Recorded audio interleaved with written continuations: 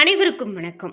இந்த ஆண்டினுடைய கடைசி சந்திர கிரகணத்தை நாம் பார்க்க இருக்கிறோங்க. அதாவது ஆகஸ்ட் மாதம் வரக்கூடிய 28ஆம் தேதி சந்திர கிரகணம். இந்த மாதத்தில் நடக்கக்கூடிய இந்த கிரகணம் அப்படின்னு பார்த்தீங்கன்னா, இப்போதான் சூரிய கிரகணம் ஆகஸ்ட் 12ஆம் தேதி நடந்து முடிஞ்சிருக்கு. இதனால் நாம் என்ன மாதிரியான விஷயங்கள்லாம் மேற்கொள்ளணும், கர்ப்பிணி பெண்களுக்கு இந்த நாளில் எப்படிப்பட்ட பாதுகாப்பு இருக்கணும், நாம் என்ன சாப்பிடணும், இது மாதிரிலாம் நிறைய விஷயங்கள் நம்ம பார்த்தோம்.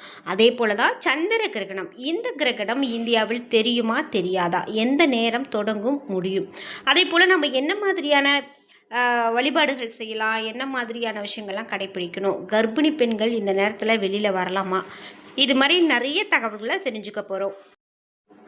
வீடியோவை ஸ்கிப் பண்ணாமல் பாருங்கள். முக்கியமாக சந்திர கிரகணத்தை ஒட்டி நீங்கள் என்ன மாதிரியான விஷயங்கள்லாம் தெரிஞ்சிருக்கீங்க, உங்களுக்கு இன்னும் என்ன மாதிரியான விஷயங்களுக்கெல்லாம் பதில் தெரியணும், இது மாதிரியான கருத்துக்களுக்கு கீழே கமெண்ட் பாக்ஸில் சொல்லுங்கள். நீங்கள் இன்னும் உற்சாகம் டிவி சேனலை சப்ஸ்கிரைப் பண்ணாமல் இருந்தால் சப்ஸ்கிரைப் பண்ணிக்கோங்க. கூடவே இருக்க பெல் ஐக்கானை மறக்காமல் கிளிக் பண்ணிடுங்க. வாங்க வீடியோக்குள்ளே போகலாம். நாம் சந்திர கிரகணத்தை பற்றி பார்க்குறதுக்கு முன்னாடி உங்களுக்கு ஜோதிட ரீதியாக நிறைய சந்தேகங்கள் இருக்குது, ஜோதிட பலன்கள் முழுமையாக தெரிந்து கொள்ளணும், ஆனால் எங்களால் நேரடியாக போய் பார்க்க முடியாது, நல்ல ஒரு ஜோதிடர் எண் கொடுங்க அப்படின்னு சொன்னான். இந்த வீடியோக்கு கீழே டிஸ்கிரிப்ஷனில் நான் ஒரு தொலைபேசி எண் கொடுத்துருக்கேன். அந்த எண்ணுக்கு தொடர்பு கொண்டு பேசி பாருங்கள். கண்டிப்பாக உங்களுக்கு நல்ல ஒரு பதில் கிடைக்கும், நல்ல ஒரு தகவல் ஜோதிட பலன்கள் கிடைக்கும்.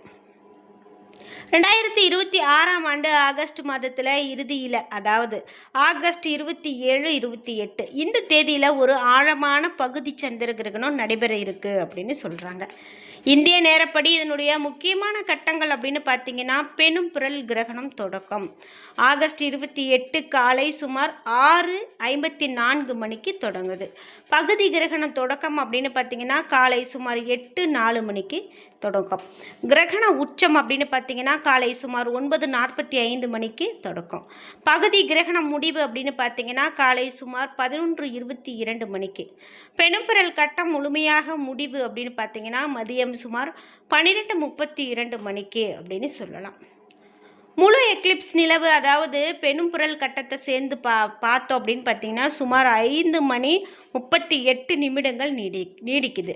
ஆனால் உண்மையிலேயே இருண்ட பூமியினுடைய இந்த சந்திரன் மீது படும்போது இந்த நிமிடங்கள் அப்படின்னு பார்த்தீங்கன்னா 3:18 அப்படின்னு சொல்கிறாங்க.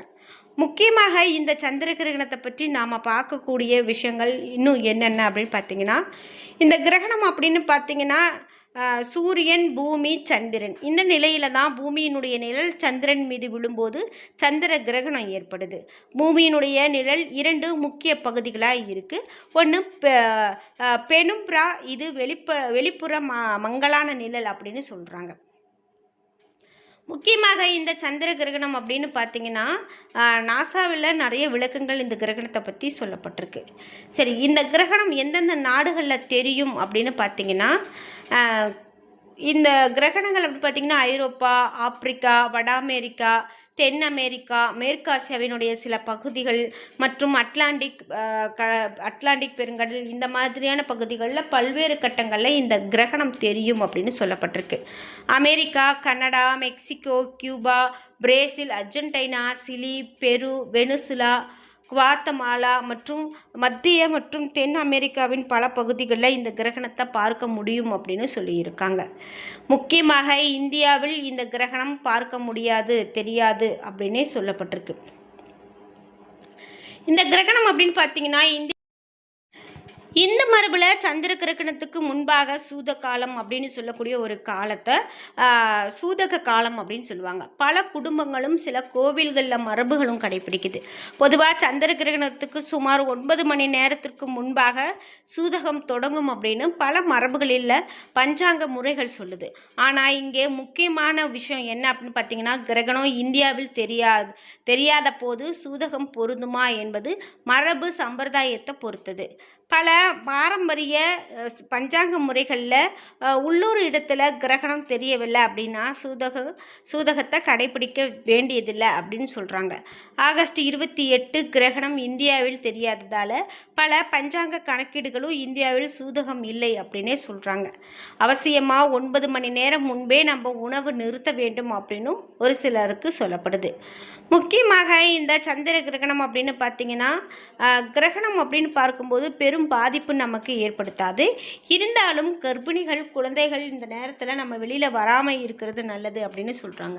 இந்த கிரகணம் இப்போ தெரியாததால் பெரிதாக எந்த பாதிப்பும் கிடையாது. ஆனால் மனிதர்களுக்கு தோஷம் உருவாகிறது அப்படின்னு நிறைய இடங்கள்லையும் சொல்லப்பட்டிருக்கு. இந்த நேரத்தில் நாம் திருமண வாழ்க்கை கெட்டு போகலாம், திருமணம் நடத்தக்கூடாது, குழந்தைகளுக்கு நிறைய பாதிப்புகள் ஏற்படுத்தலாம், வீட்டில் துரதிர்ஷ்டம் வரலாம், நோய் வரலாம், செல்வம் குறையும், இந்த மாதிரியான விஷயங்கள்லாம் சொல்கிறாங்க. அதனால தான் நம்ம இந்த நாளில் இந்த நேரத்தில் ஆன்மீக வழிபாடுகள் செய்கிறது, உணவு அருந்தாமல் இருக்கிறது, வெளியில் போகாமல் இருக்கிறது, இவையெல்லாம் கடைப்பிடிக்கிறோம். கிரகணங்களுக்கு முக்கியமான காலங்கள் அப்படின்னு பார்த்திங்கன்னா குறிப்பாக சந்திரன் மனம், உணர்வு, மனநிலை, நினைவுகள், குடும்பம் போன்றவற்றோடு தொடர்பு படுத்தப்படுறதால சந்திர கிரகணம் மனதளவிலான மாற்றங்கள் இருக்கக்கூடிய உள்ளார்ந்த சிந்தனைகளை குறிக்குது அப்படின்னு சில ஜோதிட மரபுகள் சொல்லுது. ஜோதிட நம்பிக்கைகள் மற்றும் விளக்கங்கள் அறிவியலுடைய கணிப்பு இல்லை அப்படின்னே சொல்லலாம். அதாவது அறிவியலில் ஜோதிடத்தை பற்றிய தகவல்கள்லாம் எதுவும் சொல்லப்படலை. முக்கியமாக இந்த கிரகணங்கள் அப்படின்னு பார்த்தீங்கன்னா ஜோதிடத்தில் இந்த நேரத்தில் என்ன சொல்கிறாங்க அப்படின்னா, நாம் முக்கியமாக பழைய விஷயங்களை எல்லாம் முடிச்சிடுறோம், அதை மீண்டும் மீண்டும் நாம் தொடங்கக்கூடாது, கோபப்பட்டு பேசுறது கூடாது, அதே போல் பழைய பழக்கங்களை இந்த நாளில் இருந்து நம்ம விடுறது அப்படின்லாம் நிறைய பேர் சொல்லுவாங்க. ஒரு கிரகணம் இந்த ராசிக்காரர்களுக்கு நிச்சயமாக கெட்டது அப்படின்னு நம்ம சொல்லவே முடியாது. முக்கியமாக 12 ராசிகளுக்கு என்ன மாதிரியான விஷயங்கள்லாம் சொல்கிறாங்கன்னு பார்த்தீங்கன்னா, லக்னம், சந்திர ராசி, கிரக நிலைகள், தசா, புத்தி, கோச்சாரம், கிரகணத்தின் எல்லாவற்றையுமே பார்த்தா தான் பாரம்பரிய விஷயங்கள் நிறைய நம்மளால் தெரிஞ்சுக்க முடியுது. முக்கியமாக மேஷராசிக்காரர்களுக்கு இந்த சந்திர கிரகணத்தை ஒட்டி என்ன சொல்லியிருக்காங்க அப்படின்னு பார்த்தீங்கன்னா, நீங்கள் இவ்வளவு நாளாக கடந்து வந்த விஷயங்களை எல்லாம் பரிசீலனை செய்து உங்களுக்கு கெட்டதை கூட நல்ல காலமாக மாற்றி வைக்கக்கூடிய ஒரு ஆற்றல் கிடைக்கும் அப்படின்னு சொல்லலாம். ரிஷபராசிக்காரர்களுக்கு தொழில் மற்றும் பப்ளிக் இமேஜ் தொடர்பான மாற்றங்களை சிந்திக்க நேரிடலாம். மிதுன ராசிக்காரர்களுக்கு கல்வி, பயணம், நம்பிக்கைகள், எதிர்கால நோக்கம் போன்றவற்றை பரிசீலனை செய்யக்கூடிய காலமாக கூட சிலர் கருதலாம். கடகராசிக்காரர்களுக்கு பகிரப்பட்ட பணம், குடும்ப பொறுப்புகள், உணர்ச்சி, பாதுகாப்பு ஆகியவற்றில் அதிகமான கவனம் செலுத்தலாம். சிம்மராசிக்காரர்களுக்கு திருமணம், பார்ட்னர்ஷிப், உறவுகள் தொடர்பான விஷயங்கள் அமைதியாக அணுகலாம்.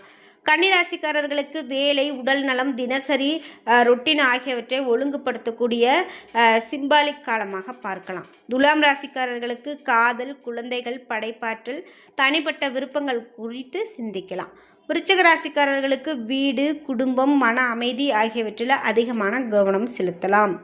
தனுசு ராசிக்காரர்களுக்கு உங்களுக்கு ட்ராவல் செய்கிறது, இது தொடர்பான விஷயங்களை நீங்கள் பரிசீலனை செய்கிறது நல்லது. மகர ராசிக்காரர்களுக்கு பணம், குடும்ப மதிப்புகள் மற்றும் ஃபினான்சியல் பிளானிங் குறித்து கவனம் செலுத்தணும். கும்பராசிக்காரர்களுக்கு கிரகணம் கும்பத்தில் நிகழ்வதால் ஜோதிட கணக்குகள் கூறுவதால் கும்பச்சந்திர ராசி லக்னம் உள்ளவங்க இது தனிப்பட்ட விஷயங்கள் சரிப்பட்டு நீங்கள் எடுத்துக்கிறது நல்லது. மீனராசிக்காரர்களுக்கு அதிகமான ஓய்வும் உங்களுடைய உடல்நிலையில் அதிகமான கவனமும் தேவை அப்படின்னு சொல்லலாம். முக்கியமாக இந்த நாளில் தியானம் செய்கிறது, அமைதியாக உட்கார்ந்து சில நிமிடங்கள் மெடிடேஷன் செய்கிறது ரொம்ப ரொம்ப நல்லது. அதே போல் மந்திர ஜபங்கள், ஓம் நமச்சிவாய அல்லது ஓம் நமோ நாராயணாய, இந்த மாதிரியான விஷயங்களை சொல்கிறது ரொம்ப நல்லது.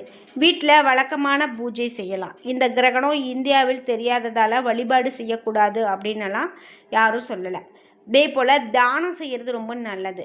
பாரம்பரியமான இந்த கிரகண காலத்தில் தானம் செய்கிறது நல்லது. உணவு, உடை, பணம், தேவையான பொருட்கள் போன்றவற்றை தேவை உள்ளவங்களுக்கு வழங்கலாம். அதே போல் சுய பரிசோதனை, எதையுமே நீங்கள் விட்டுடணும், உங்களை நீங்கள் பாதுகாத்து வச்சுக்கிறது ரொம்ப நல்லது அப்படின்னு சொல்கிறாங்க. முக்கியமாக இந்த நேரத்தில் நம்ம தண்ணீர் குடிக்கக்கூடாது, வெளியில் போகக்கூடாது, குளிக்கக்கூடாது, வேலை செய்யக்கூடாது, ஊசி பயன்படுத்தக்கூடாது, கத்தி பயன்படுத்தக்கூடாது அப்படின்னு சொல்கிறாங்க.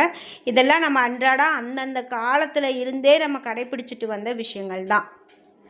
என்ன நண்பர்களே, இன்றைக்கி வீடியோவில் நாம் இந்த சந்திர கிரகணத்தை பற்றிய நிறைய தகவல்களை தெரிஞ்சுக்கிட்டோம். இந்த வீடியோ கண்டிப்பாக உங்களுக்கு ரொம்ப பயனுள்ளதாகவும் பிடித்ததாகவும் இருந்திருக்கும். வீடியோ உங்களுக்கு பிடிச்சிருந்தால் லைக் பண்ணுங்கள், ஷேர் பண்ணுங்கள், கமெண்ட் பண்ணுங்கள். நீங்கள் இன்னும் நம்மளுடைய உற்சாகம் டிவி சேனலை சப்ஸ்கிரைப் பண்ணாமல் இருந்தால் சப்ஸ்கிரைப் பண்ணிக்கோங்க. கூடவே இருக்க பெல் ஐக்கானை மறக்காமல் கிளிக் பண்ணிடுங்க. நன்றி வியூவர்ஸ்.